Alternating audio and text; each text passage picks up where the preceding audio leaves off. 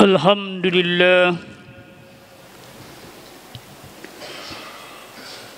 alhamdulillahi rabbil alamin, alladzi anzala al-Qur'ana hudan lin-nas wa bayyinatin minal huda wal furqan.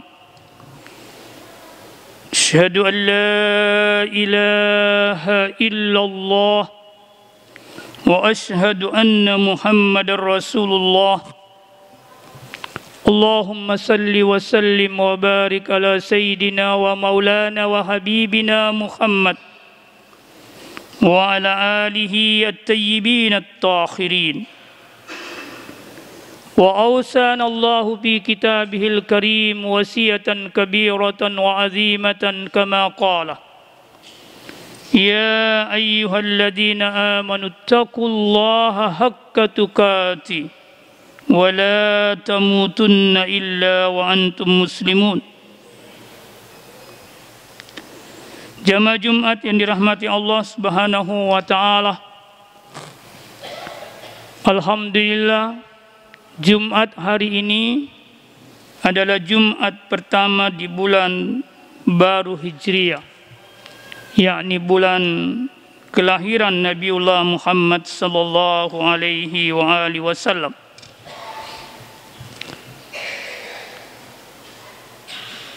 Di kalangan orang yang membenarkan dan mengatakan bahwa memperingati kelahiran Muhammad itu sunnah hasanah, maka bulan ini merupakan bulan kebahagiaan mereka. Tetapi tidak sedikit pula sebagian di antara kita umat Islam, bahkan ulama-ulamanya sendiri yang berpendapat bahwa memperingati Maulid Nabi itu adalah bid'ah dan dia mengharamkannya.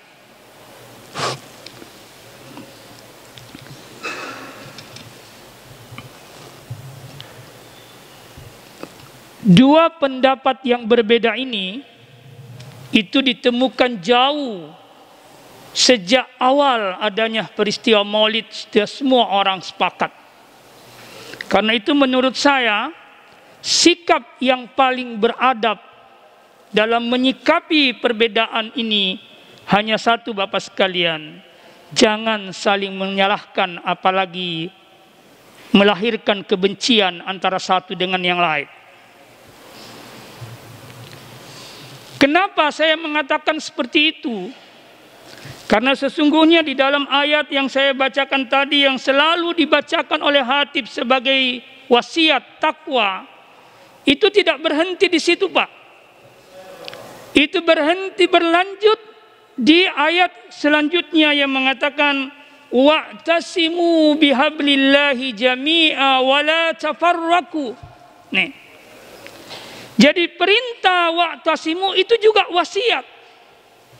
Kalau orang beriman, ya ayyuhalladzina amanu ittaqullaha haqqa tuqatih, bertakwalah kalian kepada Allah dengan sebenar-benarnya takwa. Bukti ketakwaan yang sesungguhnya adalah i'tisam bihablillah, berpegang teguh kepada tali agama Allah. Itu bukti ketakwaan. Lalu di ayat selanjutnya wala tamutunna, janganlah kalian mati kecuali dalam keadaan muslim. Artinya apa? Orang yang bertakwa, yang beriman dan mencapai derajat takwa, ketika dia menghadapi ajal kematiannya, dia pasrah total kepada Allah. Itu larangan pertama. Tapi larangan kedua sederajat dengan larangan pertama, wala tafarraqu, jangan kalian bercerai-berai. Maka orang yang punya kebencian di dalam dirinya terhadap sesamanya muslim belum bertakwa itu. Orang yang membenci pendapat orang lain karena berbeda dengan pendapat dirinya sendiri belum bertakwa. Belum. Perlu dia tanya dirinya apa benar dia bertakwa. Apalagi perbedaan itu sudah melahirkan pertengkaran dan kebencian. Maka mulai hari ini menurut saya, periksa hati kita. Kalau masih punya kebencian kepada orang lain sesama muslim, taubatlah kepada Allah dan putuskan kebencian itu dengan kasih sayang. Apalagi kalau kebencian itu terjadi di antara satu jamaah dengan jamaah yang lain. Secara syariat dia berjamaah, berdempet satu sama lain di salatnya. Tetapi secara hakikat kalbunya tidak menyatu satu sama lain. Maka dia belum berjamaah. Dia berjamaah secara syariat, tapi kalbunya tidak berjamaah. Orang yang berjamaah kalbunya, ciri bahwa dia bertakwa kepada Allah Subhanahu wa taala, dan ciri bahwa dia mencintai Muhammad sallallahu alaihi wasallam, dan ciri bahwa dia mengenal Muhammad sallallahu alaihi wasallam.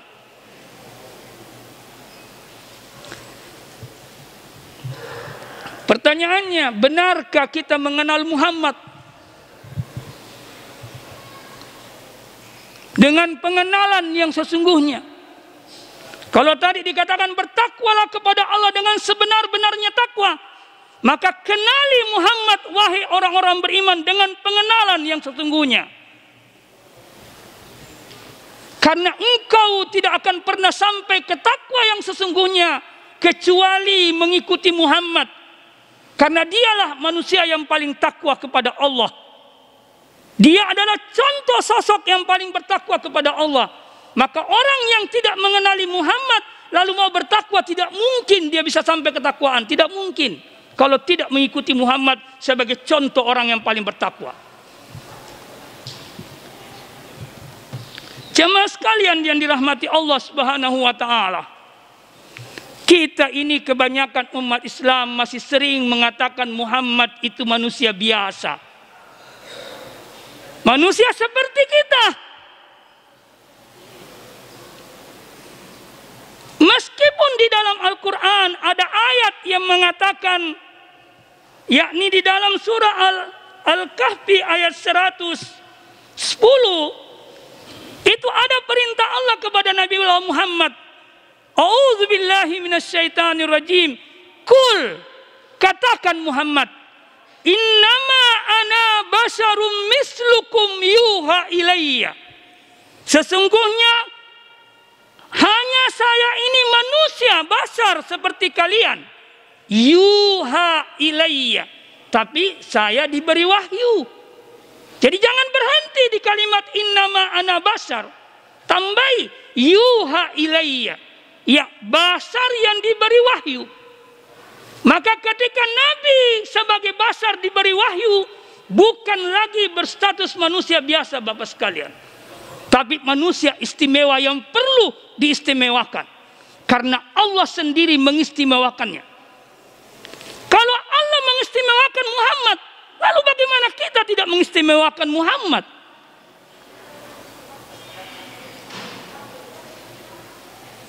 Orang yang selalu memandang Muhammad sebagai manusia biasa,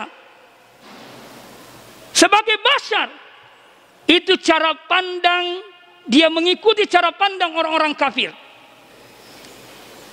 Bisa dibuka di surah Al-Mu'minun Bapak sekalian, ayat 24 dengan ayat 33. Di sana dijelaskan oleh Allah Subhanahu wa taala, dia mengatakan, faqala al-mala'ul ladzina kafaru min qaumihi ma hadza illa basyarun mislukum. Berkata orang-orang kafir, pemimpin orang kafir itu selalu berkata kepada kaumnya, Muhammad itu apa ini? Muhammad itu manusia seperti kalian. Jadi cara pandang orang yang menganggap Muhammad sebagai manusia biasa, itu cara pandang orang-orang kafir. Seperti cara pandangnya iblis kepada Adam. Kenapa iblis tidak mau sujud kepada Adam? Karena dia menganggap Adam manusia biasa. Sekiranya iblis itu memandang Adam yang diperintahkan sujud, dia sujud kepadanya. Yang dia pandang bukan Adamnya sebagai manusia biasa, tapi yang dia pandang adalah Allah yang memerintahkan itu, maka dia pasti sujud. Seperti malaikat sujud kepada Adam, karena yang dia lihat bukan Adamnya, tapi yang dia lihat adalah Allah yang memerintahkan dia untuk sujud. Dan Allah sudah tampakkan dirinya dalam kalimat perintah itu. Maka ditanya iblis, "Ma mana'aka alla tasjuda is amartuk?" Apa yang mencegahmu iblis tidak sujud? Is amartuk, ketika aku perintahkan. Allah tampakkan dirinya di situ, tapi iblis tidak melihat Allah. Yang dia sadari kehadiran Adam, maka dia lupa sujud kepada Adam, tidak mau sujud kepada Adam. Sama kita, ketika kita selalu berpikir dan orang-orang kafir berpikir Muhammad manusia biasa, maka dia akan melihat Muhammad biasa-biasa saja. Maka Allah berkata di dalam Al-Quran, "Maka Muhammad aba ahadim min rijalikum." Muhammad itu bukan bapak biologis di antara kalian, bukan. Walakin Rasulullah, tapi Muhammad itu Rasulullah. Wa khataman nabiyyin, dan penutup para nabi. Jadi lihat Muhammad sebagai Rasul Allah, lihat Muhammad sebagai khatamun nabiyyin. Jangan lihat dia sebagai manusia biasa. Apa sih yang dimaksud manusia biasa? Basar. Basar itu dia makan, dia minum, dia tidur, dia berkeluarga. Benar, Muhammad makan, minum, tidur dan berkeluarga, punya anak keturunan. Tapi makannya Muhammad dalam cahaya wahyu, tidurnya Muhammad dalam cahaya wahyu, keluarga Muhammad dalam cahaya wahyu. Kita makan pakai nafsu, Pak. Kita tidur pakai nafsu.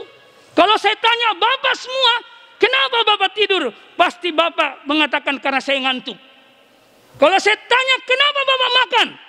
Pasti Bapak mengatakan karena saya lapar. Kalau saya tanya kenapa Bapak minum? Pasti jawab karena saya haus.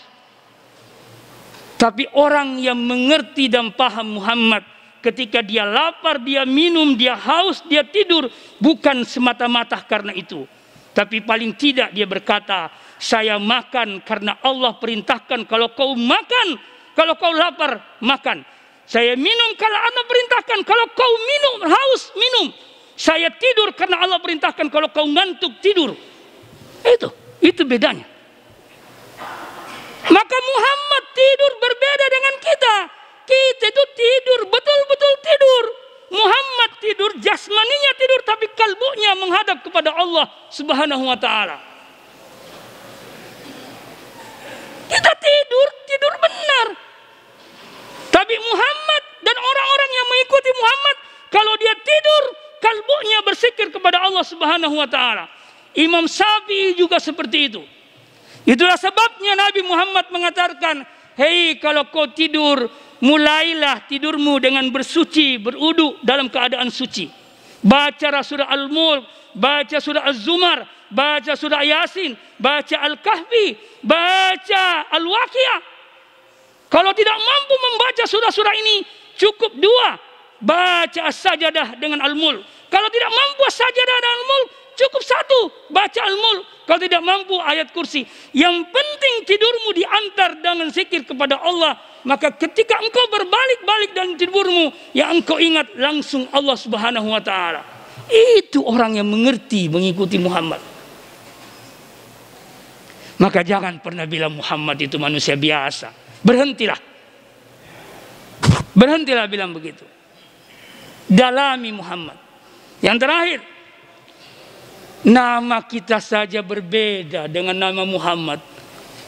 Tanya diri kita, apa alasannya kita dikasih nama? Tanya, kenapa Bapak dikasih nama orang tuanya dengan nama itu? Mengerti tidak apa maksudnya?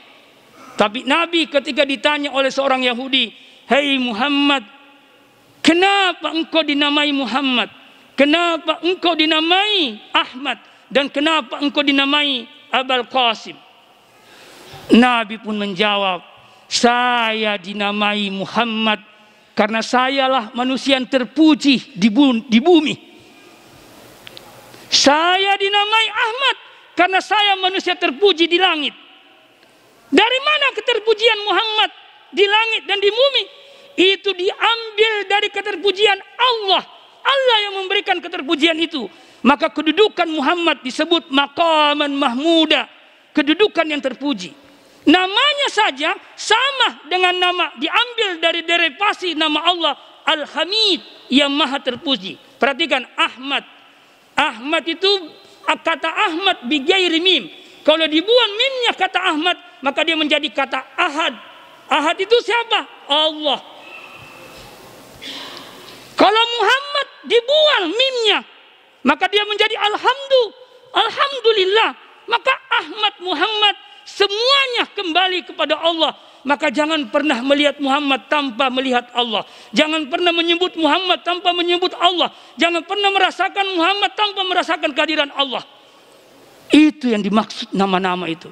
Maka ketika dinamai ditanya, kenapa kau dinamai Abul Qasim ya Rasul, ya Muhammad? Karena Muhammad berkata, seluruh kebaikan yang dirasakan oleh manusia, itu saya yang membagikan dari Allah Subhanahu wa Ta'ala.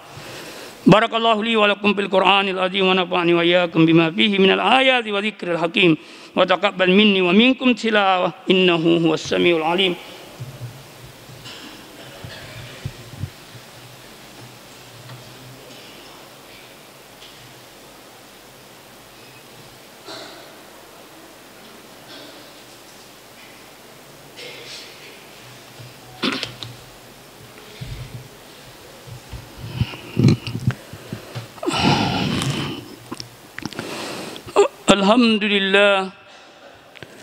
Alhamdulillahi Rabbil Alamin alladhi ba'atha an-nabiy al-karim Sayyidina wa maulana wa habibina Muhammad. Ashhadu an la ilaha illallah wa ashhadu anna Muhammadar Rasulullah. Wa amarana Allahu amran aziman kama qala. Inna Allaha wa malaikatahu yusalluna 'alan nabi ya ayyuhalladzina amanu sallu 'alaihi wa sallimu taslima. Allahumma salli wa sallim wa barik ala sayyidina wa maulana wa habibina Muhammad wa ala alihi at-tayyibin at-tahirin. Wa awsana Allahu bi kitabihil karim kama qala ya ayyuhalladzina amanu taqullaha haqqa tuqatih wa la tamutunna illa wa antum muslimun.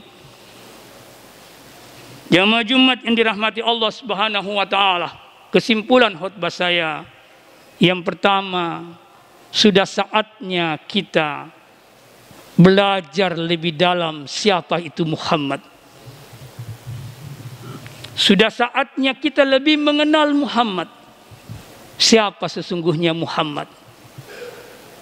Dan kenapa Muhammad mulia di sisi Allah?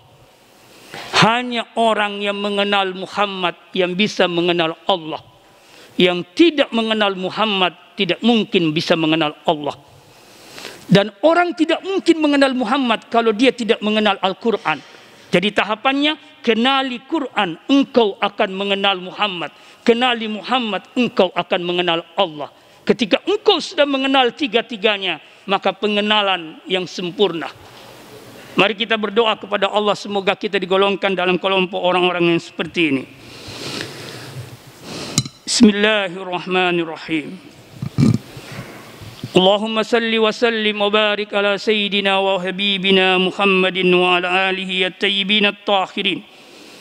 Allahumma ghfir lana dhunubana wa dhunuba abaina wa ummahatina wa azwajina wa zurriyatina wa dhunuba jami'al muslimina wal muslimat wal mu'minina wal mu'minat ahya'i minkum wal amwat innaka anta qaribun mujibud da'wat wa qadiyal hajat. Allahumma ja'alna min ummati Muhammad. Allahumma ja'alna min ummati Muhammad. Allahumma ja'alna min ummati Muhammad. Allahumma salli wa sallim wa barik ala Muhammad wa ali Muhammad wa ajil faraja ali Muhammad. Ya zal jalali wal ikram, salli ala Muhammad wa ali Muhammad. irhamna wa ajirna minan nar bihaqqi Muhammad sallallahu alaihi wa alihi wasallam. Allahumma rzuqna taufiqat ta'a wa bu'dal ma'asiyah wa sidqan niyah wa irfanal hurmah wa akrimna bil huda wastikama wa saddid alsinatina bis sawabi wal hikmah wa amla' qulubana bil ilmi wal ma'rifah wa takhir butunana minal harami was sub waqdud absarana anil furujuni wal hiyana waqfub aydiyana anil zulmi was sarika. Rabbana atina fid dunya hasanah wa fil akhirati hasanah wa qina azaban nar. Wa sallallahu alaihi wa alihi wasallam walhamdulillahi rabbil alamin.